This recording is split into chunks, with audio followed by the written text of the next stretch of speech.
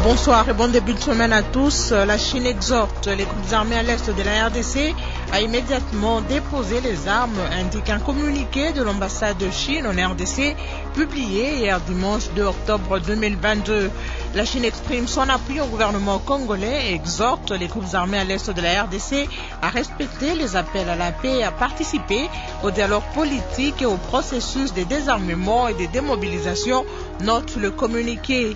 Ce communiqué a été rédigé à l'occasion de l'examen du dernier rapport du secrétaire général de l'ONU sur la situation en RDC. Par ailleurs, le représentant permanent adjoint chinois auprès de l'ONU a estimé que le Conseil de sécurité devrait répondre de manière positive à la demande du gouvernement congolais de lever l'embargo sur les armes. Pendant ce temps, cela fait plus de 3 mois que la cité de Bunagana est toujours entre les mains des rebelles du M23. Que pensez-vous des propos du représentant permanent adjoint chinois auprès de l'ONU?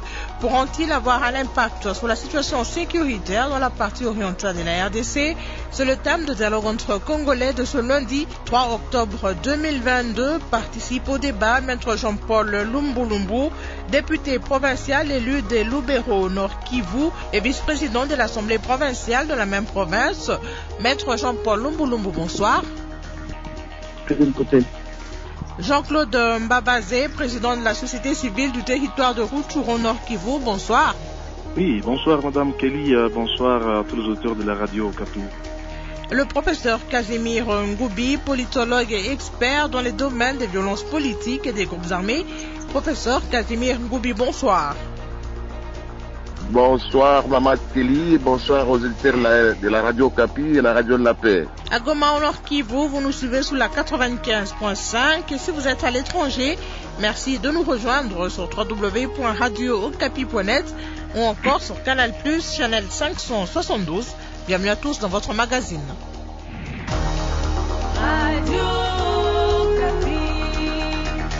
Pour participer à l'émission, appelez les 081 051 66 78 ou contactez-nous par SMS 081 051 57 78 ou par mail dec@radiookapi.net. Je l'ai dit dans mon introduction, la Chine exhorte les groupes armés à l'est de la RDC à immédiatement déposer les armes, indique un communiqué de l'ambassade de Chine en RDC publié hier dimanche. La Chine exprime son appui au gouvernement congolais et demande aux groupes armés de respecter les appels à la paix. Ce communiqué a été rédigé à l'occasion de l'examen du dernier rapport du secrétaire général de l'ONU sur la situation sécuritaire en RDC. D'autres détails avec vous, Grace Amzati. La Chine exprime son appui au gouvernement congolais et exhorte les groupes armés dans l'est de la RDC à immédiatement déposer les armes, à respecter les appels à la paix et à participer au dialogue politique et au processus de désarmement et de démobilisation, note le communiqué. L'ambassadeur Dai Bing, représentant permanent adjoint chinois auprès de l'ONU, a condamné l'escalade de la violence dans l'est de la RDC et a mis l'accent sur le retour de la stabilité, une priorité absolue selon lui. Ces derniers temps, la situation à l'est de la RDC est plongée dans l'instabilité. Les conflits violents se sont intensifiés, ce qui a fait de nombreuses victimes parmi les civils innocents et a gravement impacté la paix et la stabilité en RDC et dans toute la région. M. Dai a indiqué que des groupes armés tels que les M23 ont causé un grand nombre de victimes et des millions de personnes déplacées. La Chine soutient la RDC dans ses opérations militaires luttant contre les activités violentes menées en collaboration avec la MONUSCO et des pays régionaux. Le maintien de la stabilité politique est la pierre angulaire du développement de la RDC, ajoute les communiqués. M. Dai souhaite que la MONUSCO s'adapte à la situation et aux attentes du gouvernement congolais et de la population congolaise. La Chine soutient la MONUSCO à renforcer ses échanges avec les gouvernements congolais afin d'effectuer son plan de transition de manière stable, ordonnée et responsable, poursuit le communiqué. Elle doit aussi continuer à communiquer avec tous les secteurs de la société congolaise par divers canaux, a plaidé les représentants chinois. Concernant les violences perpétrées contre les casques bleus, il a souhaité une enquête rapide. Enfin, il a estimé que le Conseil devrait répondre de manière positive à la demande du gouvernement congolais de lever l'embargo sur les armes. Maître Jean-Paul Lumbulumbu, député provincial élu de Lubero au Nord Kivu et vice-président de l'Assemblée provinciale de la même province, votre analyse sur les propos du représentant permanent adjoint chinois auprès de l'ONU. Merci beaucoup Madame Kéline Côté. Je voudrais en profiter pour adresser mes salutations et mes encouragements à tous les co-débatteurs dans cette émission, mais aussi adresser mes salutations à toute la population congolaise et particulièrement celle du Nord Kivu. Je ne peux pas commencer sans condamner les massacres qui continuent contre les populations du territoire de Béni, pendant que certains membres du gouvernement soutiennent que depuis l'état de siège, il n'y a plus de massacre à Béni, mais je soutiens que le massacre continue à Béni. Je présente toutes mes condoléances à la population de Béni. Aussi, toute ma compassion à des milliers de Congolais victimes de déplacement à la suite de l'occupation de Bunagana dans le territoire de Rutshuru, parce qu'aujourd'hui, la République démocratique du Congo se place être le pays où il y a plus de déplacés internes à la suite de la guerre. Donc, toute ma solidarité, toute ma compassion à cette population victime à la suite de la situation de l'insécurité. La Chine exhorte les groupes armés à immédiatement déposer les armes. Est-ce que cet appel sera entendu selon vous? Mon analyse, Madame Kéline Coupé, part de la place de la Chine au Conseil de sécurité des Nations Unies. Je dois insister ici, évidemment parce que l'émission est à caractère pédagogique, que le Conseil de sécurité des Nations Unies a à son sein 15 membres. Et parmi les 15 membres, il y a 5 membres permanents qui disposent de droits de veto. Il s'agit de la Chine, les États-Unis, la France, le Royaume-Uni et la Russie. Et lorsque la Chine doit prendre position, je salue la position de la Chine par rapport à la situation sécuritaire de l'Est, mais je m'interroge sur le concept. Lorsque la Chine, par exemple, exhorte les groupes armés de l'Est de la République à déposer des armes. État ignorant, je me suis référé au dictionnaire. Exhorter, c'est prier, c'est inciter. Donc, on est en train de supplier les groupes armés de l'Est de la République démocratique du Congo de déposer les armes. Et qui supplie ces groupes armés-là? C'est la Chine, qui est un pays très important qui siège dans le Conseil de sécurité au niveau des membres permanents du Conseil de sécurité et qui dispose d'un pouvoir exorbitant et dispose d'un droit de veto. Il faut saluer la prise de position de l'ambassadeur Dai Bing dans la mesure où cette prise de position fait ressortir clairement la position de la Chine par rapport à la crise sécuritaire à l'est de la République démocratique du Congo. Mais lorsque je vois les appels de l'ambassadeur, il appelle les groupes armés d'abord à déposer immédiatement les armes, à respecter les appels à la paix, à participer au dialogue et au processus de désarmement et de mobilisation. Je pourrais être d'accord avec l'ambassadeur dans les derniers points, parce que ce dernier point coïncide avec le point de vue du gouvernement congolais qui dit qu'il n'y a pas question, il est hors de question de dialoguer avec l'armée rwandaise qui occupe Bunagana. Il faut qu'il y ait dépôt des armes et que s'il y a des rebelles au sein du M23 qui est utilisé par les Rwandais, ces rebelles doivent tout simplement déposer les armes et se faire enrôler dans le processus de désarmement, de mobilisation qui est un processus très très important pour le retour de la stabilité et la paix à l'est de la République démocratique du Congo. Donc, par rapport au contenu de la déclaration de l'ambassadeur Dai Bing, personnellement, en tant qu'élu provincial du Nord Kivu, en tant que représentant de la population au nom de laquelle je parle en ce moment, je salue cette prise de position, mais je condamne le fait que la Chine, en tant que membre permanent du Conseil de sécurité, peut prendre une décision pour supplier. Parce que prier, exhorter, c'est supplier.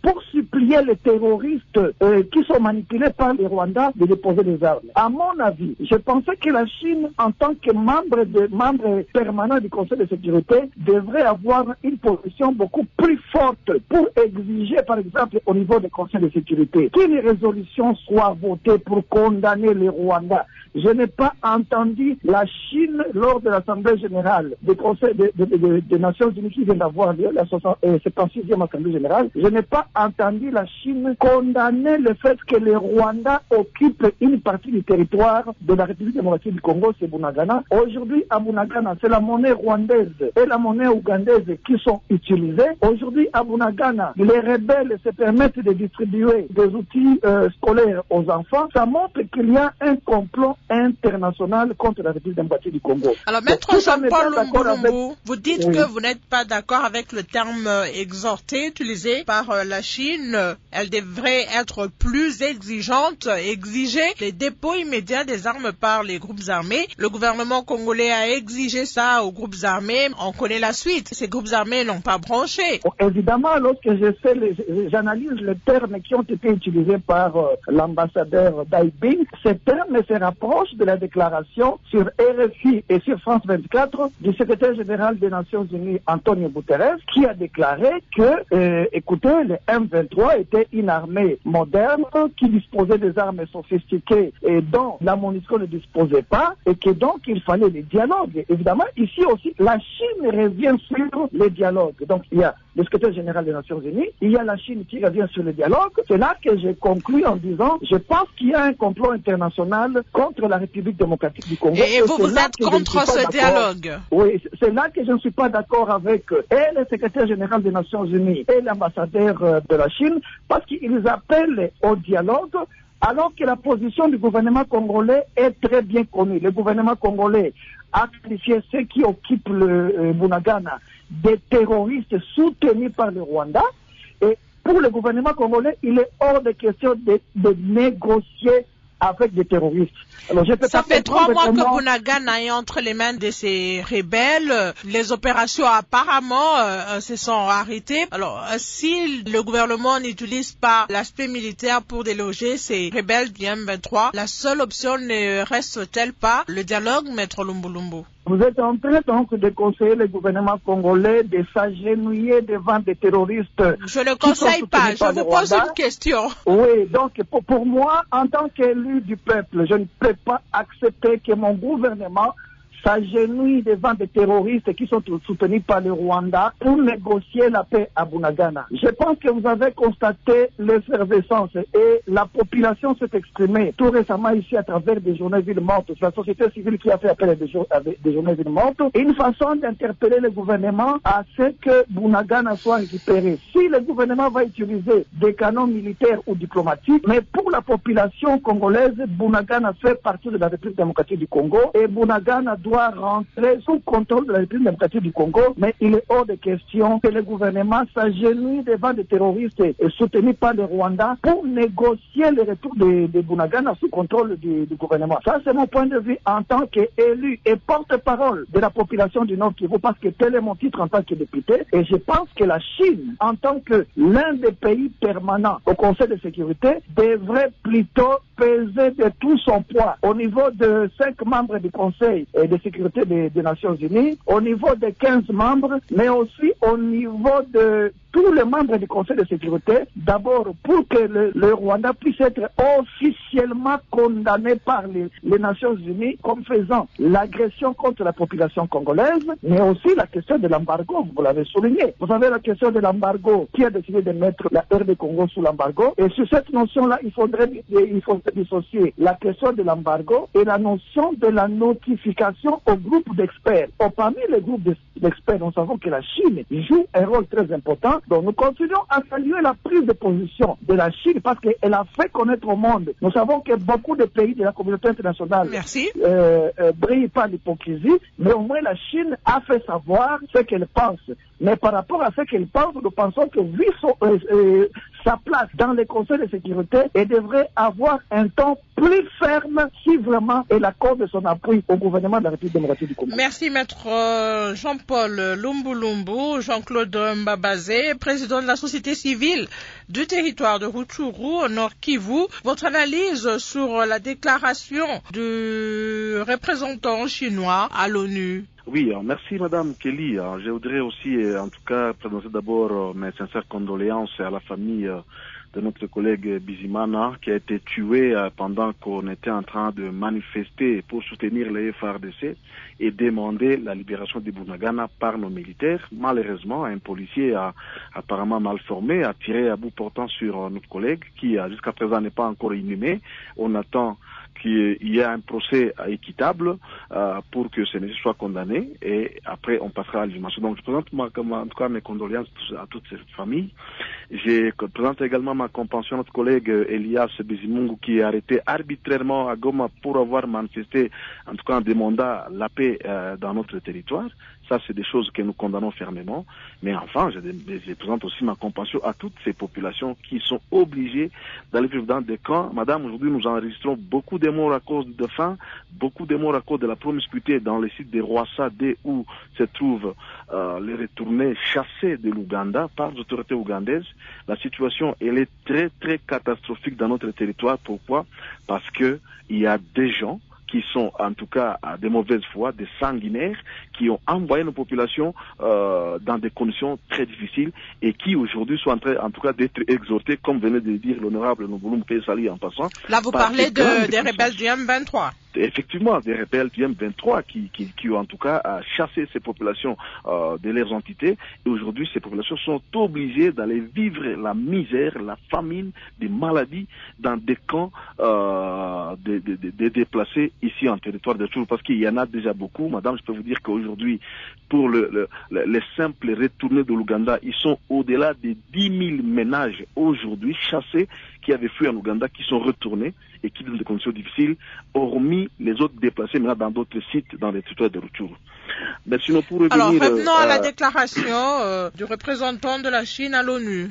Oui, madame, je voudrais en tout cas faire mienne le propos de l'honorable Lumbulumbu, qui en tout cas, nous aussi au niveau de la société civile, nous sommes en train de nous poser des questions à propos de ce genre de propos, nous condamnons, non, écoutez, madame, je crois que pour l'instant, pour les territoires de Rutshuru où nous vivons ces affres de la guerre de M23, on n'a pas besoin des gens qui viennent dire qu'ils condamnent. Non, ces propos, nous avons toujours entendu. Un pays comme la Chine, avec tout ce qu'il a comme potentialité, tout ce qu'il a comme puissance, je crois que elle devait s'imposer, comme la France a fait à Boumia avec l'opération Artemis. Je pense que l'agression du Rwanda, en tout cas, elle est déjà prouvée. Et comme l'agression est déjà prouvée, est-ce qu'il faut en tout cas passer par des condamnations ou bien si réellement la Chine est préoccupée par ce qui se passe dans notre pays, devait plutôt s'imposer aux Nations Unies, devait plutôt créer en tout cas une opération déjà Artemis pour venir bouter dehors ces bandits, ces criminels du M23, au lieu de passer par des déclarations d'intention, comme si on était en train de négocier des gens et à la fin, on est en train de comprendre que c'est vraiment un complot international, comme Lumumba l'a dit, où on va arriver à intégrer ces gens, on va arriver peut-être à vouloir disculper ces gens, alors que vous connaissez, madame, que ces gens, ils ont tué à Rutshuru, ils ont pillé des centres de santé, ils ont détolé des écoles, ils ont envoyé des populations paisibles dans la rue, ils sont en train de mourir comme des mouches dans des camps de réfugiés, et aujourd'hui qu'on nous dise que non, voilà, il faut qu'on aille dans les dialogues, on va les négocier, et je pense que ce n'est pas ça qu'on doit payer à quelqu'un qui a tué, et que nous demandons qu'il y ait des opérations. La Chine devait appuyer plutôt des opérations contre ces M23.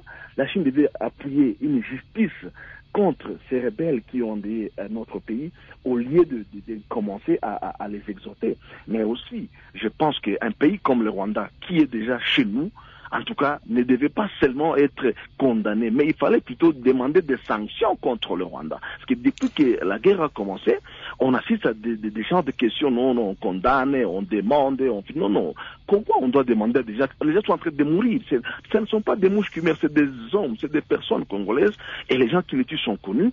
Je pense que la Chine devait prendre vraiment l'option de dire clairement au Rwanda que voilà, vous devez quitter le sol congolais et à la fin, demander aux Nations Unies d'imposer même un tribunal pénal sur les crimes commis par le Rwanda sur le sol congolais. Alors c'est une question que beaucoup de Congolais se posent. Pourquoi les pays membres des Nations Unies ou même du Conseil de sécurité, aucun ne cite ou ne reconnaît le Rwanda comme étant l'agresseur de la RDC? On parle plus des groupes armés locaux qui sèment l'insécurité dans cette partie du territoire. Pourquoi selon vous, Jean-Claude Mbambazé? Nous pensons qu'il y a un complot au niveau international. Et ce complot-là, heureusement que la population, nous l'avons déjà découvert et nous n'accepterons pas.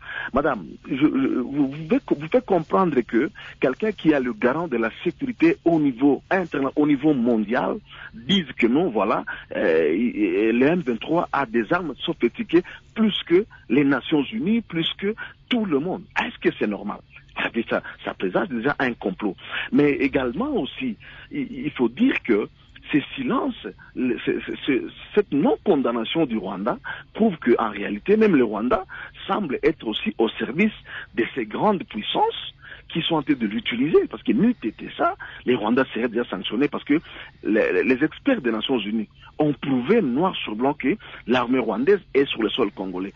Ils attendent quoi pour prendre des sanctions contre le Rwanda, alors que les experts même de cette Nations Unies ont prouvé noir sur blanc que l'armée rwandaise, l'armée ougandaise sont sur le sol congolais. Et voilà ces complots internationaux-là où ils nous amènent aujourd'hui, mais Dieu merci parce que les Congolais, je pense que les Congolais de 1996 sont différents des Congolais de 2022. Je ne vois pas un seul Congolais qui acceptera de céder à ce complot international. Je pense que tous nous allons nous lever. Vous l'avez vu, il y a eu des manifestations pour exiger des sanctions, pour exiger la traque de ces bandits, pour exiger la libération du Bunagana et toutes les entités. Et je sais que la population, elle est prête à se libérer si le monde entier le laisse entre les mains de ces criminels. Jean-Claude Mbambazé, pensez-vous que cet appel de la Chine sera entendu par les groupes armés qui opèrent dans la partie est de la RDC? Madame, cet appel n'est pas le premier. Et cet appel, en tout cas, je pense que ils ont toujours considéré ça comme un non-événement. Je pense que c'est pas le premier appel. Le M23, il a été appelé après la réunion de Nairobi. Il y avait des compromis comme quoi il allait céder, il allait quitter les sols congolais. Il y a eu une réunion au niveau de Luanda. Le M23 avait été demandé de se retirer. Il ne l'a pas fait, mais plutôt au lieu qu'il se retire, au lieu qu'il écoute cet appel, je vous informe, madame, qu'aujourd'hui, le M23 a commencé à installer son administration. Aujourd'hui, en tout cas, avant-hier, ils ont installé un chef de groupement, le fameux Mwambutsa, au niveau de Djomba. Ils ont installé un chef de groupement au niveau de Djomba. Ils ont installé un chef de cité, le fameux Kapalata, au niveau de Bunagana, c'est l'administration. Et que donc, au lieu que cet appel, en tout cas, fasse des échos, mais plutôt, l'N23 sabote cet appel et continue maintenant à se réorganiser sur le plan administratif. On installe là des chefs au niveau des entités, ce qui veut dire que pour nous qui vivons à Rutshuru, on sent que c'est un non-événement pour la M23 et que la Chine, si réellement elle est vraiment engagée, si réellement il n'y a pas d'hypocrisie dans ce que la Chine a dit, elle devrait plutôt venir nous appuyer comme la France en avait fait au niveau de Bunia avec l'opération Artemis. La Chine peut aussi créer une opération pour venir nous aider à mettre fin à cette barbarie, mais également c'est aussi une interpellation auprès de notre gouvernement et que donc le gouvernement doit abandonner, doit quitter cette phase-là des condamnations, d'aller pleurnicher devant les Nations Unies. Le gouvernement doit s'assumer, il doit se prendre aussi en charge avant que les Nations Unies arrivent. D'abord, ce pays, il est pour le Congolais et les dirigeants que nous avons doivent prendre ses responsabilités pour attaquer et neutraliser ces groupes armés et surtout qu'elle a le soutien de nous tous, la population. Nous sommes derrière notre gouvernement, nous sommes derrière nos FRDC pour que Bunagana, Boueza, Kanombe et partout là soient récupérés afin que nos populations qui vivent la misère, qui vivent la famine, qui vivent la mort dans les sites de déplacés puissent retourner dans leurs rangs. Très brièvement, Jean-Claude Mbambazé, vous qui êtes à Rutshuru, est-ce qu'il y a des opérations lancées contre ces M23 pour les déloger des localités qu'ils occupent? Madame, ça fait maintenant plus de 3 mois qu'il n'y a aucune opération engagée sur la ligne de front. Et c'est ça même qui a été l'objet de nos manifestations du 21 au 22. C'était pour exiger au FARDC de bouger, en tout cas, et d'attaquer ces M23. Et que donc, pour nous, les silences de FARDC, en tout cas, semblent prouver une cession tacite de ces zones-là entre les mains des M23. Comment expliquer que nous avons une armée, nous avons tout, mais notre armée, en tout cas, est restée dans la défensive depuis, en tout cas, 2 mois, 3 mois presque. Elle n'attaque pas, mais plutôt, en tout cas, on a cité il y a 2 semaines passées, au bombardement des M23 qui larguaient des bombes sur des populations à Rangira, un peu partout, à Chouema, partout là, mais les FARDC ne réagissent pas pour bouter hors d'état de nuire ces bandits. Merci. Et pour nous, c'est une inquiétude. C'est une inquiétude que nous avons. Le gouvernement doit se réveiller. Les FARDC sont capables. Ils doivent s'engager pour bouter hors d'état de nuire ces bandits qui nous insécurisent. Professeur Casimir Ngoubi, politologue expert dans les domaines des violences politiques et des groupes armés, comment vous analysez ces propos du représentant permanent adjoint chinois auprès de l'ONU qui exhorte les groupes armés à l'est de la RDC à immédiatement déposer les armes, à respecter les appels à la paix et à participer au dialogue politique et au processus de désarmement et de démobilisation? Merci beaucoup. Je salue aussi les co-débatteurs qui interviennent pour cette émission. Mais je note d'abord que la motivation première de ce ton lésé par la Chine serait les menaces contre les casques bleus par certains groupes armés et la population. Mais en même temps, un début d'exécution du plan de balkanisation, parce qu'on a des informations au niveau de l'Est de la RDC que ce plan commence à s'exécuter et même certaines complicités au niveau de la région des Grands Lacs où même le président Kagame se déplacerait dans certains pays voisins, n'est-ce pas, pour inciter les populations à créer la confusion afin de passer à l'exécution à l'exécution du plan de balkanisation. Et donc, j'ai l'impression que la Chine lève ce ton-là. En même temps, pour stabiliser ou éviter que ces plans de balkanisation ne s'exécutent, mais en même temps voir comment protéger les casques bleus. Mais je note aussi avec pas beaucoup de pessimisme, mais avec un peu d'optimisme que la Chine n'est pas n'importe quel pays sur le plan international. Une simple lecture géopolitique me permet de rassurer peut-être l'opinion que la Chine pourrait faire quelque chose. D'abord sur le plan économique, les exportations de la Chine s'élevant à près de 2157 milliards et les importations à 1731 milliards, on note que les réserves de la Chine par rapport au change sont situées à 3820 milliards de dollars et cela constitue du coup les réserves les plus élevées du monde. Donc sur le plan économique, la Chine peut se permettre, n'est-ce pas, de soutenir la RDC. Mais sur le plan politique, Madame Kelly, depuis 1971, on voit la Chine quand même devenir membre du Conseil de sécurité et elle est présente chez nous depuis 1973. Et les réalisations sont nombreuses pendant la Deuxième République. On voit toutes les grandes infrastructures. Les souvenirs sont légion, le stade de Martyrs, le palais du peuple, ainsi de suite. Et donc là, je crois que la Chine a quand même, sur le plan international, de l'énergie politique, de l'énergie économique pour se permettre d'intervenir en République démocratique du Congo. Mais les intérêts, quels sont les intérêts? Je me suis posé la question, quels sont donc les intérêts? Depuis tout ce temps-là, la Chine, n'est-ce pas, est considérée comme un acteur de la reconstruction de la RDC. L'activité actuelle du M23 a commencé lorsque la RDC a placé la barre très haut, donc en considérant ou en qualifiant le M23 de mouvement terroriste. Et c'est là qui a inquiété Kagame. Et c'est la raison pour laquelle Kagame a décidé de surarmer le M23 afin de défier le gouvernement congolais et de continuer avec son pillage de ressources et des tentatives de balkanisation, comme je venais de le dire. Bref, je crois que la présence chinoise chez nous est en même temps justifiée pour son soutien apporté au casque bleu, mais en même temps pour lever son ton, pour venir à la rescousse de la République démocratique du Congo et l'aider, n'est-ce pas, afin de ne pas passer à l'exécution du plan de balkanisation de la République démocratique du Congo. Mais plusieurs observateurs estiment que la Chine ne devait pas exhorter les groupes armés, mais plutôt elle devrait exiger à ces groupes armés de déposer immédiatement les armes. Oui, c'est vrai qu'exhorter ou exiger, moi j'ai l'impression que la Chine peut exhorter et passer à l'exécution par rapport au soutien qu'il faut apporter à la RDC. Et ce que j'ai aimé, c'est que la Chine venait de trancher par rapport à la discussion pour laquelle vous avez organisé plusieurs émissions comme membre du Conseil de sécurité, la Chine vient de confirmer effectivement que la RDC est sous embargo. Vous avez suivi vous-même. Mais en même temps, je note que même si la Chine peut venir, mais l'action menée par le gouvernement de la République ouest au Kitundu est aux États-Unis. Et c'est grâce à cette diplomatie aussi que je pense que la Chine a été obligée, compte tenu de ses intérêts économiques en République démocratique du Congo, veut quand même faire quelque chose. Mais tout cela dépend de la puissance de la diplomatie de notre gouvernement pour pouvoir pousser la Chine, n'est-ce pas, à nous venir en aide. J'ai l'impression que si nous poussons très loin par rapport à la diplomatie de la RDC, ces simples menaces, ces simples déclarations d'intention, comme venaient de le dire mes co-débatteurs, peuvent passer effectivement à des décisions fermes pour traquer les groupes armés à l'est de la République démocratique du Congo. Donc je ne suis pas totalement pessimiste, mais je crois que la Chine pourrait faire quelque chose. Professeur, vous vouliez parler du ministre Lutundu là et non chez Okitundu. Oh, mais Lutundu là, effectivement. Lutundu là, voilà. Plus de 3 mois que Bunagana est entre les mains des M23. Il y a des négociations qui avaient commencé, notamment à Nairobi, à Luanda. Aujourd'hui, c'est presque le statu quo. On ne sait pas trop si ça va se poursuivre ou ça s'est arrêté. Lorsque la Chine parle de dialogue politique, pensez-vous que c'est dans ces cadres-là des négociations de Nairobi ou de Luanda?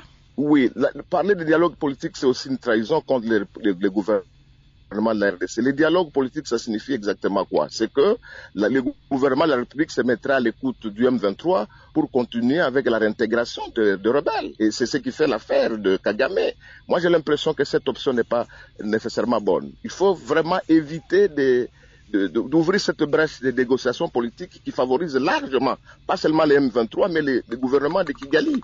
Et donc, moi j'ai l'impression que si la Chine veut aider la RDC, elle ne peut le faire que par l'utilisation de la force, en aidant d'abord la RDC à lever l'embargo contre la RDC, mais en même temps en soutenant militairement les gouvernements de la République. Mais en même temps, nous ne pouvons pas oublier que malgré les efforts que le gouvernement est en train de déployer, dans les rangs de FRDC, les traîtres continuent à se multiplier. Et ces traîtres-là, qui sont arrêtés par-ci par-là, et d'ailleurs, je voudrais en passant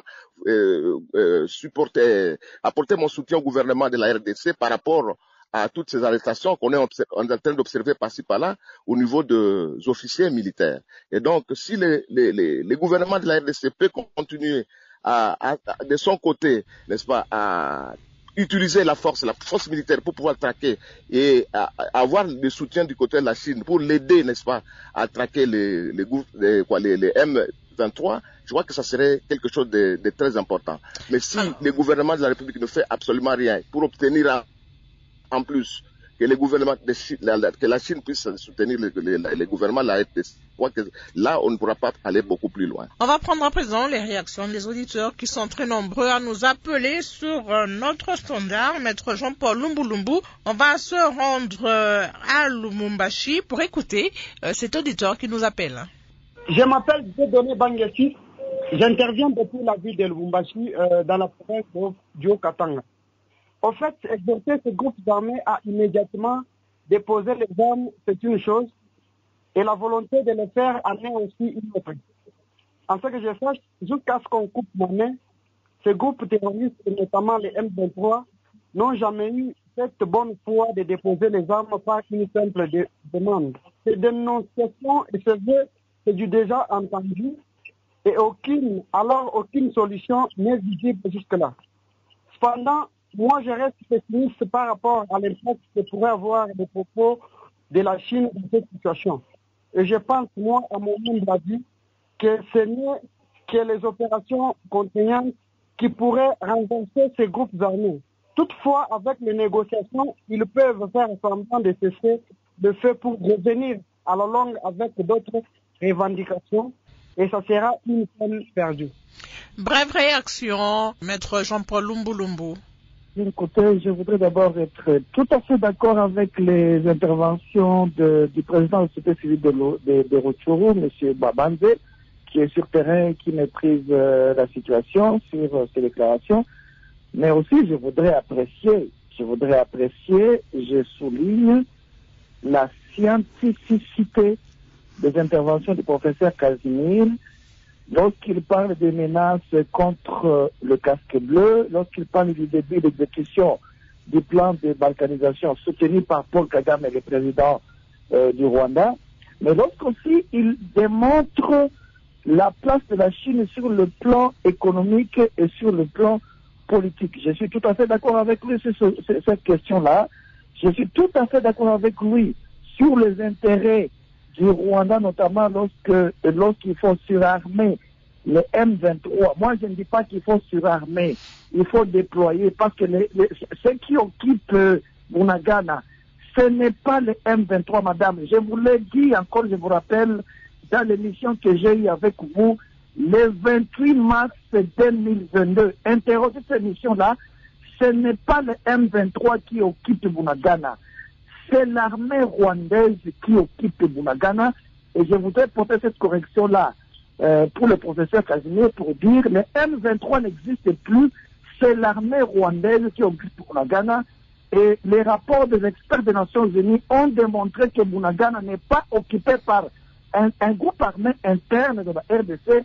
Bunagana est occupé par l'armée rwandaise. Donc, alors, réagissez brièvement au point de vue de l'auditeur qui a appelé. Hein. L'auditeur qui a appelé de Lubumbashi, je partage son point de vue dans la mesure où il ne croit pas à la bonne foi de l'armée rwandaise qui occupe Bunagana par le M23 à travers le dialogue, mais aussi la nécessité des opérations militaires. Comme je l'ai dit dans l'introduction de mon émission, en tant qu'élu du peuple et porte-parole de la population du Nord Kivu, le Nord Kivu dit non à la négociation avec l'armée rwandaise pour Bunagana. Le Nord Kivu a manifesté son mécontentement à travers la société civile par des journées villes-montes qui ont été totalement respectées pour dire non à toute négociation, mais plutôt à l'encouragement à l'armée de la République démocratique du Congo, le FARDC, pour mener des offensives contre l'armée rwandaise qui occupe Bunagana. Donc, je partage tout à fait le point de vue de cet auditeur qui nous appelle de Lubumbashi, qui ne croit pas à la bonne foi des rebelles à l'armée rwandaise qui se fait passer pour le M23. Je souligne et j'insiste, ce n'est pas le M23 qui occupe Bunagana. Merci, dit, madame, Maître Lumbulumbu, vous l'avez déjà dit. On vous a compris, Maître Jean-Paul Lumbulumbu, vous l'avez dit. Jean-Claude Mbambazé, on va prendre aussi pour vous très rapidement cette autre réaction qui nous vient de Bukavu. Isaac Bampori qui de Bukavu au Sud Kivu. La RDC ne doit plus se laisser distraire par les propos diplomatiques. Et le soutien par excellence qu'il faut actuellement, c'est le soutien militaire. Et cela doit se manifester clairement. Sinon, les mêmes grandes puissances qui soutiennent le Rwanda et l'Ouganda nous mentent qu'ils sont de notre côté, pendant que leurs vrais alliés s'organisent contre nous. Que pensez-vous de cette réaction, Jean-Claude Mbambazé? Oui, je soutiens en tout cas les propos de notre ami Bampori qui vient de Bukavu. Je pense que ces propos rencontrent évidemment notre assentiment. On l'a manifesté à partir des journées Villemont que nous avons organisées, en tout cas il y a une semaine déjà. La population tout entière de Rutshuru, même de partout, de Beni, partout, même du Nord Kivu en général, a manifesté son ras-le-bol par rapport aux négociations avec ces rebelles qui nous ont endeuillés et qui donc elle est derrière son armée, elle est derrière son gouvernement pour que on ait une solution militaire pour mettre fin à cette agression du Rwanda. Je voudrais encore une fois, en tout cas, insister que le Rwanda, ce n'est pas le Rwanda qui soutient la balkanisation, mais c'est le Rwanda qui planifie la balkanisation. On doit vraiment le dire clairement. Et nous serons toujours derrière nos militaires pour déchoir, pour défaire tous ces terroristes qui continuent à nous insécuriser dans notre territoire. Professeur Casimir Ngoubi et Alphonse Tchefou qui nous écrit depuis Kinshasa, qui pense que la position de la Chine est une hypocrisie diplomatique pour se faire passer comme ami sincère de la RDC, ce qui n'est pas vrai, car la Chine est membre permanent du Conseil de sécurité de l'ONU. Pourquoi n'a-t-elle pas fait usage de son veto pour empêcher les mesures de notification ou l'embargo sur les armes à destination de la RDC? Comment vous lui répondez? Oui, je lui réponds, il a raison, mais tout dépend. Plus la diplomatie de la RDC sera forte, plus la Chine pourrait changer ses positions vis-à-vis de notre pays, étant donné ses intérêts qu'il trouve dans notre pays. Là, en tout cas, je considère que la guerre diplomatique pourrait amener la Chine à changer de position si nous sommes diplomatiquement plus forts. Mais aussi, il ne faut pas oublier que la donne populaire aussi n'est pas oubliée. Et aussi, je soutiens le compatriote qui a dit que les M23 n'existent pas. Effectivement, il a raison. On est habitué à parler M23, mais ce qui est vrai, c'est ce qu'il a dit, que ce sont les Rwandais qui se trouvent aux frontières.